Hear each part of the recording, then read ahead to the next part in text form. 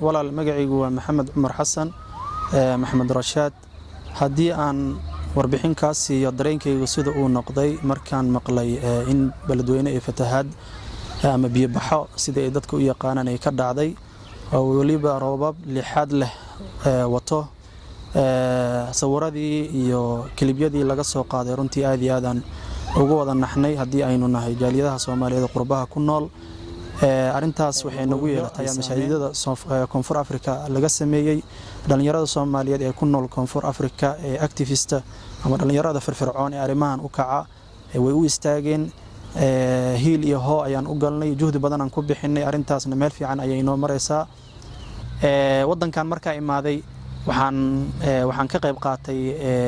hadii aan ahaan lahayd ururada dhalinyarada dacwada walaal beledweyne dhammaan ummadda Soomaaliyeed ee dunida daafaheeda ku nool ayaa arintaas u istaagtay hadii aan ahaan lahayd bulshada Soomaaliyeed ama ganacsatada dawladeena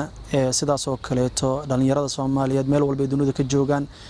dal iyo dibad waa loo istaagay waxaan jeclaan lahaa dadkaas dhiban inuu Ilaahay horta dhibka ka qaado ثانيا waxaan kaloo jeclaan lahaa dadkaas maxaa la dhahaa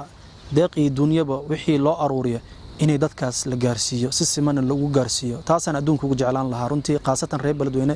arintaas aan la jeclaan lahaa in dukaamada walaal markaan u tagna anaga team ayaan ahayn waliba team ka kooban saddex team waan iskala qaybinay waxaan ka koobnay odayaal ganacsato iyo dhalinyaro dukaamada markaan tagno qaasatan dukaamada waaweyn arinta way la socdeen maxaa la dhahay sheeg anagana waa la qabadsiinay inaan nahay jaaliyada Soomaaliyeed ee Koonfur Afrika arintaasna ay jaaliyada Soomaaliyeed ee Koonfur Afrika oo dhan ay u wada istaagtay annaga marka mas'uuliyadda nasaaran waxay tahay inaan dadkaas aan lacagaha aan ka soo aruurino aan hal meel iskugu geeyno anaga oo aan maxaa la dhahay sheeg lacagahaas jaaliyada Soomaaliyeed ee Koonfur Afrika sagaalka gobol wadankan kan ka kooban yahay hal meel inta lacagaas kugu keenno kabacdina aan xooggeena iyo aqligeena iyo juhdigeena iyo dhaqaaleena inta mideyno inaan walaalaheena reer beledweyne aan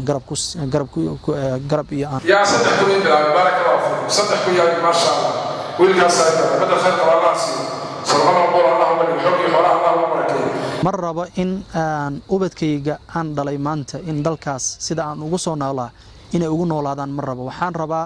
in dalka aan hadda maanta aan ku noolahay kaleeto oo amniga kala dambeynta nolosha wanaagsan runtii kala dambeyn iyo qiimaha ay leedahay in dalkayga Soomaaliya uu sida iyo si lamid u noqdo qof walba oo Soomaaliyeed waxa saaran waajibka saaran naga waxa way dalkeen wuxuu burbursan yahay 30 sano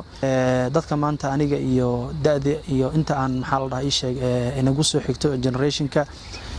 runtii ma aanan dooran annaga in dalkeena uu burburkaas uu ku habsado joyskeena ma aysan ahayn